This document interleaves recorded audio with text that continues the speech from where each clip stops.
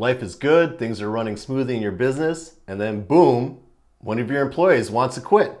What do you do?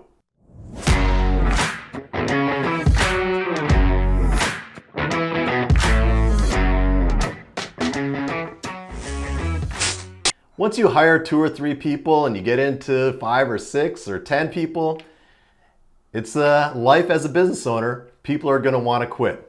It can be for a multitude of reasons. Many of them aren't even your fault. You're going to have somebody that has either health concerns or issues at home, or they want to move, or they're transferring to another area. Their partner is transferring to another area. Life changes, kids.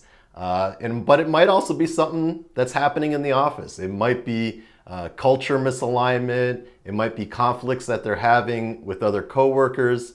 There's a multitude of reasons that can happen. So preparing for that, being ready for it, and then acting accordingly is very important for every business. Today we're going to talk about that. What do you do when your employee wants to quit? Be aware of the signs so that you can act accordingly.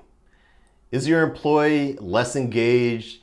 Are they having decreased enthusiasm? Are they not participating in meetings the way they used to? This might be a sign that they're looking elsewhere, looking for another opportunity.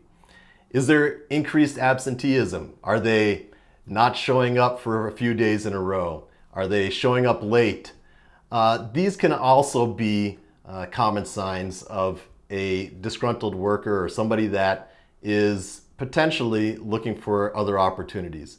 It's really important that you tackle these situations head on right away and talk to them and see what the situation is, so that maybe you can adjust their activities and get them back on the right path. Is there a decline in the quality of their work? Were they previously doing great work and working overtime, putting in the extra effort, and has that gone away? Maybe they've lost enthusiasm for the work product, or maybe there's some change in their personal life. It's important that you understand that so that you can tackle that and try and change that situation so that you're getting the work product that you need out of this employee. Is there a disengagement from the team activities? Do they no longer want to participate in the Thursday happy hour or some other activities that the group used to do? This is also a sign that they might be trying to pull away from the company. It could be something that's not company related. It could be something that if you understand that you can work with them and give them a couple of months of grace while they deal with something. It's important that you're communicating with your employee to understand these issues and tackle them head on. Once you see the warning signs, what do? How do you prepare for the potential of an employee leaving? Well, first of all, if they're a high-performing employee, or at least they were, you're really going to want to retain them. You're going to want to find a common ground that potentially can keep them on board. There's a common stat about losing an employee can cost 2 years in your company between the sourcing and bringing them on and training of a new employee.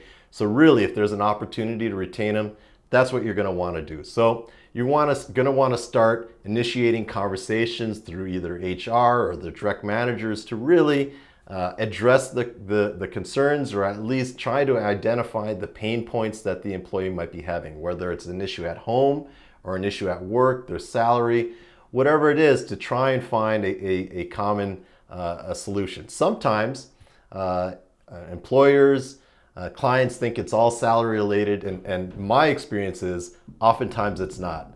Maybe there's an issue with their work schedule, or maybe just communication. Maybe they're not really understanding the skills or the tasks that are being asked from them, and that communication can really benefit them and get them set on the right path to have them stay with your company. So retaining them is always or oftentimes the best option. And if you can start communicating early and tackling those issues, you're going to have the best chance to keep them on board. Sometimes, despite your best efforts, you're going to have to separate an employee, or they're going to be leaving you. So you need to prepare for that. You're going to want to coordinate with HR and their direct managers on initiating communication about what that transition is going to look like. In a perfect world, you're going to be able to have some sort of separation period, whether or not it's a week or 2 weeks or sometimes even more than that. I've had executives that left me that gave me 3 months notice. It's really up to the relationship that you have with your employee and what the reasons are for them leaving. So if you can keep it friendly, that's really the best way to go. And then you can start creating a transition plan. You can look at the tasks that they're doing and how you're going to be transitioning that over to people. And don't forget about that intermediate period between letting somebody go and bringing on somebody else. So obviously you want to start recruiting for their replacement right away, or thinking about if you're going to be advancing somebody from the existing team, but really starting to figure out what that replacement situation is going to look like, whether or not there's an interim period or if you're going to be promoting somebody from the existing team right away.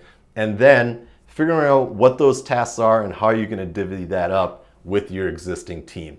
I think that a lot of employers, and myself as well in the early days, would have somebody come to me and say, hey, they want to leave for whatever reason. And my quick reaction, and I think a lot of bosses in the US is, all right, you're gone, you're out of here. Maybe today's your last day. But really what I've found is that many employees just want to move on for whatever reason, and they're perfectly willing to give their 2 weeks notice. They've got no ill will. There's no bad intentions.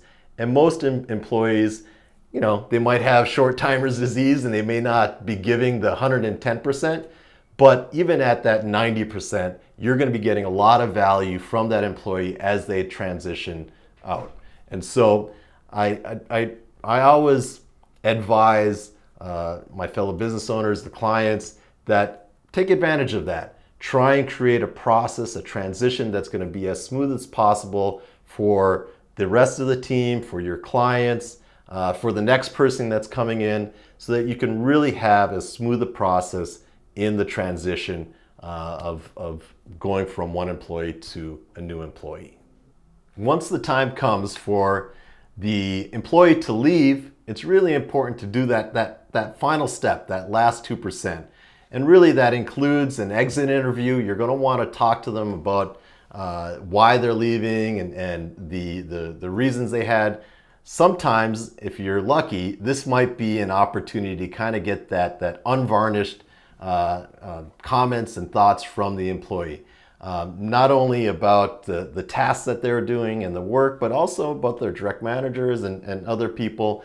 And this is important information that really can help your company and is a little bit of a last little tidbit of gold you can get from your employee as they're leaving the company.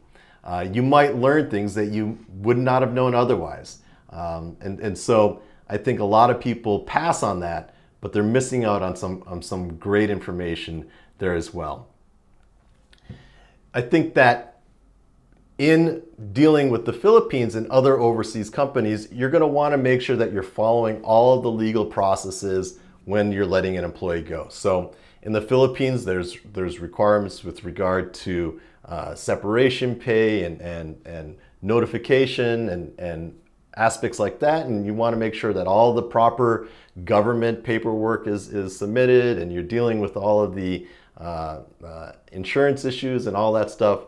And obviously you're going to have an HR department that's taking care of that. And if you're working with an agency like ourselves, we're going to be making sure that we're taking care of that for you. So it's really important that things are buttoned up correctly at the end to avoid the hassles of dealing with government agencies or other issues down the road. You might want them to sign some sort of non-disclosure agreement or stuff like that.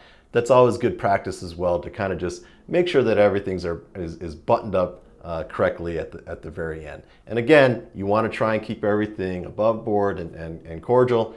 I've had a handful of employees, I'm going to say a lot, but a handful of employees that have left because they thought they had greener pastures elsewhere. and then decided to come back. And that's, I think, because of the offboarding process that we have, where we kept it cordial, we worked with them, we understood their situations, and maybe because despite our efforts to keep them on board, they really wanted to move on. But after going somewhere else and seeing the experience that they had at those other places, they've come back. And so I'm really proud of those situations where that happens, because not only are you bringing in a great employee that you liked in the past, but then they become cheerleaders and supporters of you internally within your company. When other people are thinking of leaving, they see this employee that left, that thought they were going somewhere else that was better, and then they came back and talking about how this place that they're working is better, and the problems that they had elsewhere. So that can be a blessing that happens down the road because of the hard work that you do to try and make that offboarding process as smooth as possible. Now that you know what to do when your employee wants to leave, you might want to be thinking about the more fun part of attracting top employees. So watch one of our prior videos on how to attract top employees, which I'm assuming they might put a link in here somewhere, and learn the tips on how to attract top employees. If you want to work with an agency to help you with the attracting of the top employees and the letting go of the maybe not so good ones, or dealing with the good ones that do want to leave, you may want to consider talking to Tahche. We're an organization that helps companies that are looking to build teams overseas, and we'll walk you through that as well. We will try and make sure that you have a top-notch offboarding process as well as an excellent onboarding process. And I think those are really key factors to the success of every company. Well, I hope this video was useful to you in figuring out what to do when an employee is looking like they might quit or leave the company. If you found this video useful, please like it below, subscribe to the channel if you haven't already done that, and why don't you leave a comment as well? We'd love to hear from you, start a conversation down there. Lastly, share the video with any of your friends or fellow business owners that might be thinking about building an office overseas in the Philippines. And if you really want to, reach out to Tahche. We'd love to talk to you specifically about your situation as well. Until next time, this is the Philippines Business Playbook podcast.